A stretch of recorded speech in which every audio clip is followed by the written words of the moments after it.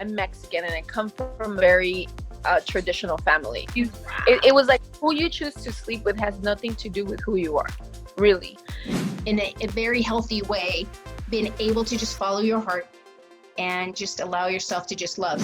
People, when they started asking me, well, are you gay? I was like, well, I don't want to put myself in a box. I'm attracted to a soul and they happen to have a vagina, you know, and that's what it is right now.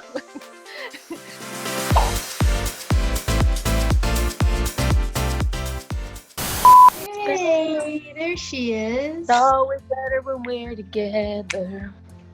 You know I'm putting this in there, right? Say what? So I wanted to talk about your life's journey, allowing yourself just to evolve and love who you want and be who you want, and your experiences with being with women, your experiences now, the father of your children, and what that looks like, and how you've just, in a very healthy way, been able to just follow your heart and just allow yourself to just love.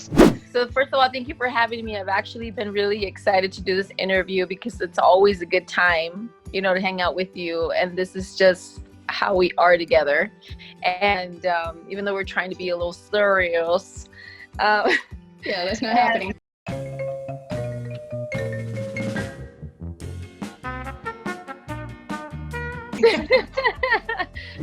Say that I love you so much. So I'm so excited for the show and the inspiration that you're bringing to so many women. As far as my journey is concerned in being with women, well, it started off on a really, it was a Saturday night. I just have to say, we're not going to make it through this whole interview. Serious. We're just not the No, without making sounds. No, so it was really a Saturday night. And I was looking at this woman who was actually my friend and who's actually your friend. And I just had the same feelings that I normally would have for a male guy. I was like, whoa, like my brain was like, what are you doing? Like, it's a girl. And my heart was like, oh my God, it feels amazing. You know, it was just like this attraction because there was a connection between her and I.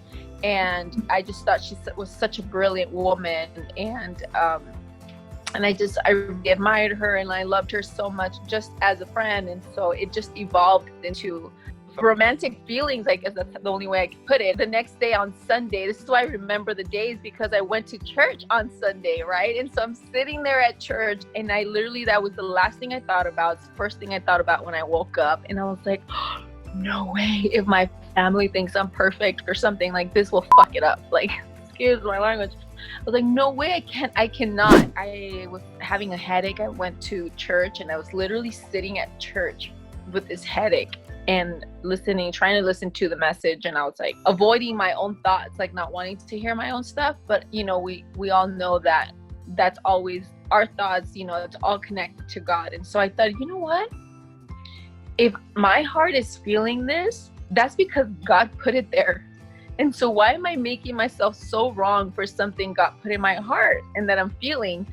And so I literally, as I said that, as I thought that, I felt like this calmness come in where I was just like, okay, I'm fine. Like, it's going to be fine. There's nothing wrong with this. I'm so okay. Like, God has me, you know, kind of conversation. And so I just couldn't wait to tell her.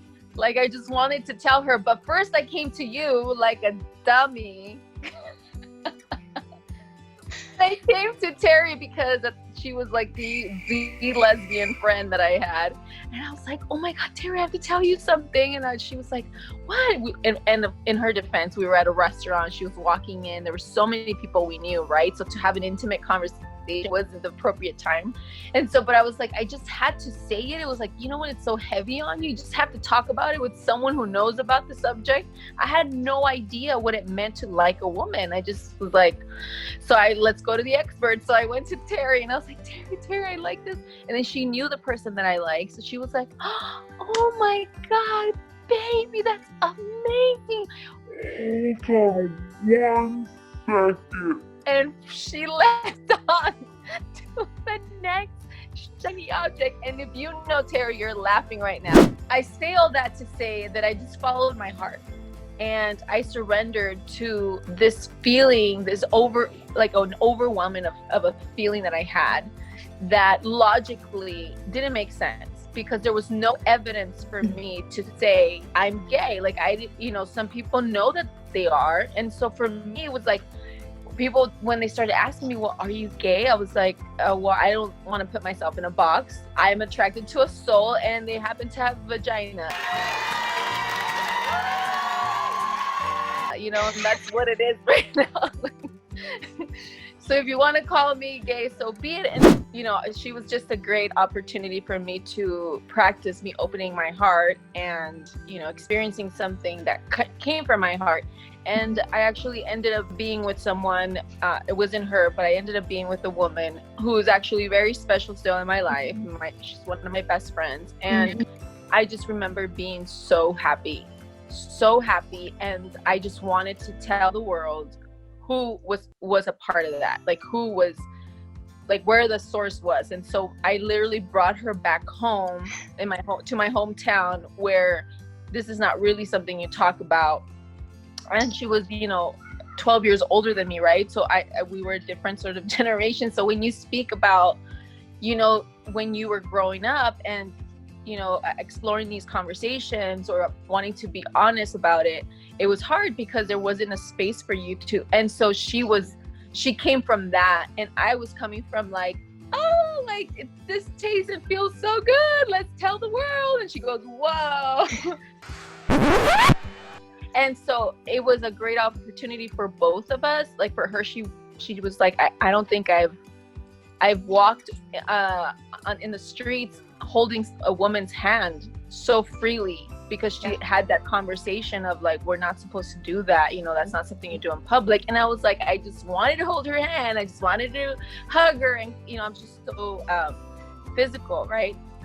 So I took her back home, and I was like, walked into this house party, and I was like, guys, meet my girlfriend. And they're like, wait, what? Like, she's a girl. Oh, right, she's a girl, but she's amazing. And everyone just loved her. Like the conversation, it wasn't like, oh, I'm out of the closet and I'm gay.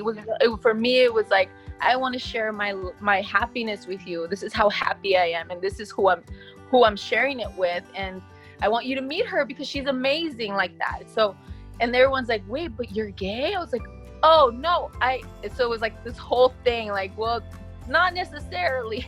So now my friends were like, well, were you looking at me the whole time? Stop it. Like, you looking at me when we were like, no, dude. Yeah, no. And so I was like, no, that's so silly. Like, it was just so funny. Like all these side conversations that came as a result of this choice, right? And to follow my heart. And it was funny to me. It really was. And thank God I just had this really lightness about it. And it was just so, because it was so genuine and real in my heart, that it was just, oh, okay. And even coming to my parents and talking about it, it wasn't even like, oh, I'm coming out. It was like, this is my vision. This is who I am. This is who I am in the world. And I'm sharing it with this human being, and happens to be a woman this time around. And so, and by then they loved her already. So and until this day, they love her so much. Yeah. They love her wife. Like, we're all so close together. If I would die, she literally would take over my kids and raise them. Like, that's how connected we are. How long were you with her? 3 years. Lived together like 3-4 years. Yeah, so we moved in. We did the whole like U-Haul thing. Yeah, lesbians. I'm Mexican, and I come from a very traditional family, and so that was a big thing.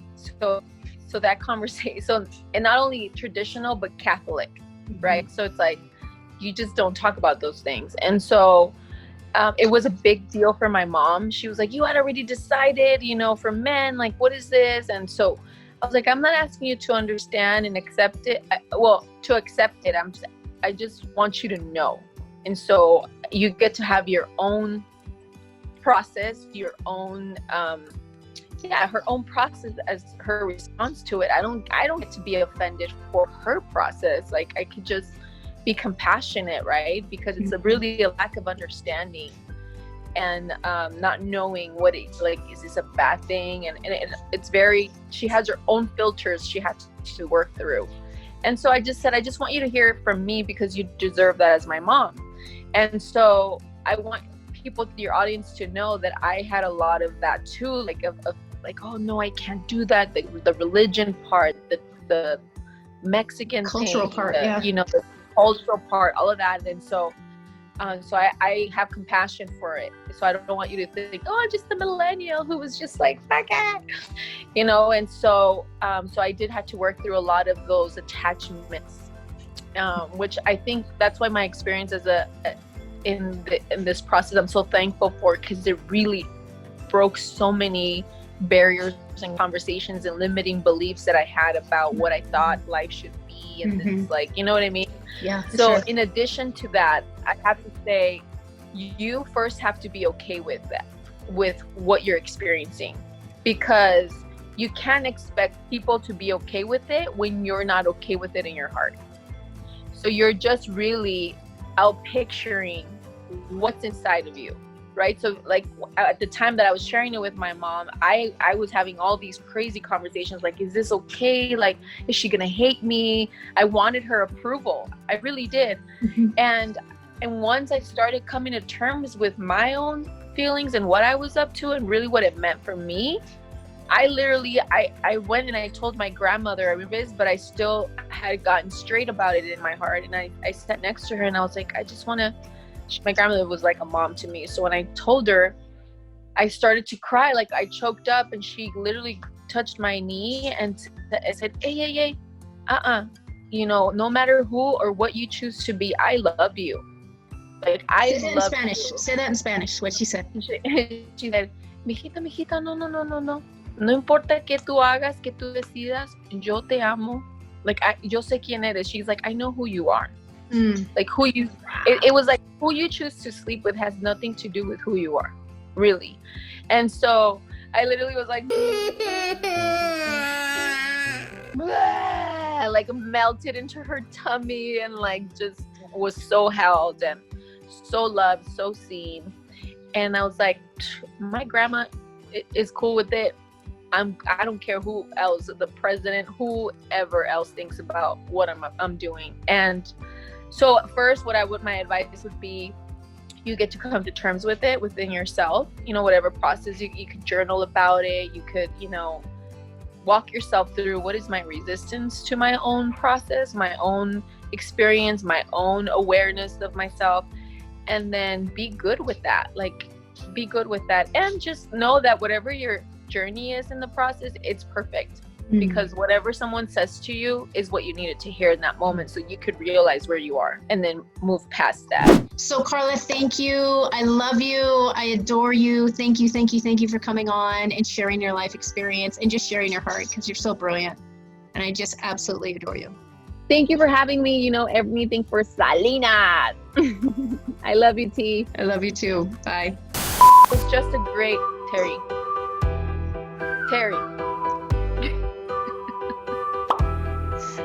Sweaty. I'm sitting for